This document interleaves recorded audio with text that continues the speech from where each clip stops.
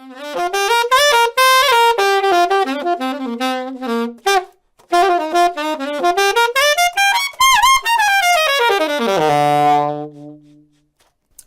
there, my name's Berin Stevens, and today I want to talk about assembling the saxophone.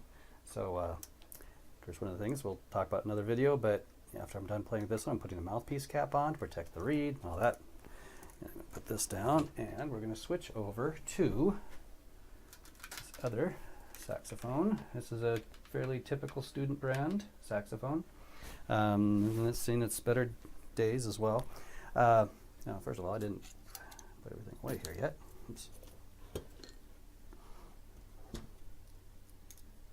Okay, so assembling the saxophone seems pretty easy, and what most people do is they, pull the neck out, and they usually pull the body out and stick that in there, tighten the screw, then put the mouthpiece on, and then grab a reed, put the reed on, and then take this ligature, slide that on, tighten the screws, etc., and we're done. But unfortunately, some accidents can happen when we do it that way, and especially for younger students. And so I have this method that I prescribe that I feel goes a long way towards protecting the saxophone and protecting the reed. And so I'm going to go through and demonstrate that for you. Now, first of all, we usually start off with, maybe pulling the neck out again. And now some neck corks are really, especially if they're new, they might be kind of dry. And you probably would have to put cork grease on every time. This one doesn't really need it, but yeah, you would just get one of these little cork grease things, put that on there, and get that. Because you don't want to be having to force the mouthpiece on. It should slide right nice and easy onto the neck like that. And so, something else I should talk, well, no, I'll talk about that later. So once we get that on there, then, I also should mention that there's this little storage compartment here in a lot of saxophone cases, and I notice a lot of students will take their mouthpiece and just kind of throw it into the case, and then it bounces all around. Well, if this thing gets damaged, you need a new mouthpiece, especially on the tip and the rails here. If those get dinged and damaged and scratched, they'll get to the point where it's really hard for the reed to play correctly. So these mouthpiece caps and these little storage compartments are important because it helps keep the reed from bouncing around, or the mouthpiece, keeps the mouthpiece from getting bounced around and damaged. So I put the mouthpiece on there, and then when I put the ligature on, and most people put the reed on next, but I do this a little bit backwards, and I'll demonstrate why here in a minute. But I like to put the ligature on first, and with these metal ligatures, and sometimes we have to loosen them up a little bit here, but these metal ligatures should go on with the screws on the bottom of the mouthpiece. And of course, one of the ways you can tell, some ligatures, the screws go on the top. The way you can tell is the screws are always on the right-hand side. So like with some of these material ligatures, like on my classical mouthpiece here, this is what I normally use. This is designed for the screw to go on top of the mouthpiece, and so if you have one of those, that's good. But these ligatures work well, especially if the ligature is straight, like this one is not. Then this should work fine. Now the next thing we do is we get a reed, and of course, a lot of times while we're assembling the reed, that's when we would have it in our mouth, would be soaking it and getting it ready to play, because we don't want to be playing one of these dry brittle reeds. We want it nice and wet, and so. What I do is I a lot of times have to slide the ligature up a little bit so I have some room to work with it, and then I slide the heel end, this thick part of the reed, in first, and it kind of goes along the top of what we call the table of the mouthpiece. It doesn't go into the hole. Sometimes people trying to fit it inside the hole. We need that chamber for other purposes. But yeah, so we slide that into place and work that ligature in, and then if I need to straighten it out, I do it from the sides, and I do it from the heel down here. I do not touch and try to push the reed into place from the tip of the mouthpiece. I might pull a little bit from there if I need to, and then when it's in place, if we're looking at it from this angle, we should be able to see a slight black line. Or if we look at it from the side, we should it should line up tip of the mouthpiece, tip of the reed, most of the time. And so yeah, once we get that together, then when it comes to tightening the screws, now a lot of people will sit there and they'll tighten these screws, both of these screws down, and they can tell they just cannot seem to get it any further on. But the problem with that is we want this reed to vibrate, right? And if we're tightening this thing down super tight, that's going to clamp down on the reed and keep it from vibrating. So what we really want to do with these metal ligatures is, or these, especially these 2 screw metal ligatures, is once we get the ligature in place and the reed in place, we tighten this screw enough. It needs to be down a little bit more, but yeah, this is not quite the right size ligature. I tighten this screw enough to hold the reed in place. It's not cinched down, it's just enough to hold it there. If I really want to push it, it'll move. But I just kind of put that just enough to keep it from moving. And then this screw enough so it doesn't fall out and doesn't rattle.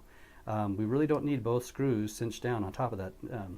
Because again, we want this to be, clamped as little as possible, so that the reed will vibrate better for us. So once we get that on and get the screws in the right place, well, now I'm going to, for a second here, now I'm going to demonstrate why it's a good idea to put the ligature on first, then the reed, because most people, it's easier at first. In the long run, it'll be about the same, but at first, it's easier to put the reed on and then slide the reed on, or the ligature on over the reed. And this is the way I did it, probably pretty much all the way through junior high and high school. But I'm kind of a klutz, and so a lot of times I would be putting it on, and the next thing I know, oops, I've taken a corner out of. I don't know if you can see that. Where'd it go? There it is. But yeah, so I took a little chunk out of the corner of this reed, and then the reed's probably not going to play very well, and you have to get a new reed, and reeds aren't cheap these days. So that's why I prescribe putting the ligature on first, then the reed, and getting it into place. And yeah, that looks pretty sad. And I should mention, this is a stunt reed. No actual performance reeds were injured in the making of this video. So once we're going to get this down, yeah, this is not perfect right now. The next thing we do is we pull the body of the saxophone out. Now there's this end plug here, and a lot of people have a tendency to just kind of throw it away, or just kind of not really keep track of it and not put it back in. Well, it's an important part of protecting the saxophone. If you notice, like this is probably a demonstration why. This octave mechanism here is bent, probably because this sax was used for a while without putting the end plug in each time, and so this ended up getting bent. But that helps protect this mechanism. And when we put the neck into the saxophone, at first it's pretty loose, or it should be pretty loose. Now sometimes if you're really having to fight to get that neck in there, it could be that there's a little bit of corrosion or moisture. It doesn't take much that's keeping this from sliding in smoothly. So if there is that problem, just a lot of times wiping it with a dry rag or paper towel or something on the inside of this, as well as on the outside here, that will hopefully fix the problem. You don't want to put any lubricants, no cork grease or oil or anything like that. You want to keep it dry.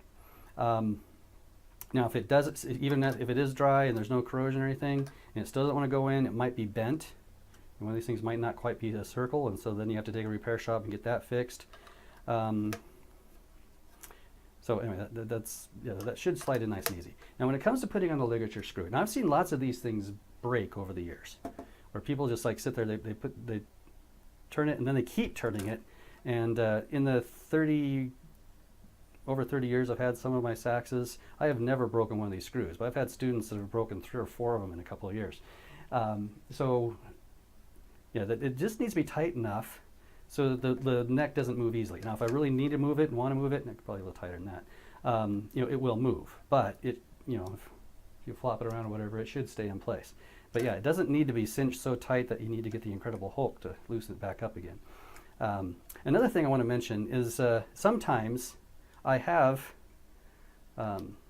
put the mouthpiece on, like a lot of those of us that especially play between classical and jazz styles, a lot of times we have to switch mouthpieces. Like this is a student mouthpiece, but I have a classical mouthpiece, I have a jazz mouthpiece. And I don't necessarily take the neck off to put it back on, but what I do is I hold the neck here as if it were not on the horn, and then I push the mouthpiece into place. The reason for that is I've seen a lot of people, when they put the neck on first and they put this on, and they're putting all this force into the neck, and it ends up bending the neck. And I've seen that happen a couple times, and it's not a pretty picture. So so that's the basics of putting this together. And I'm going to do one more time, just kind of run through the process real quick to repeat it here so that you can see what it's like. Okay, so first of all, starting off with the neck, putting on cork grease if necessary, then getting out the mouthpiece and ligature, putting the mouthpiece on, then putting the ligature on, putting the reed on, then pulling out the body. Again, screws on the bottom and not super tight on them, and then keeping track of that end plug, putting that in there, tightening this just enough to hold it in place, and we're ready to go. If you have any other questions, feel free to email me. My email address is Berin at saxmyax, saxmyax.com, or you can visit my website, saxmyax.com. And I hope you have a good day. Thank you.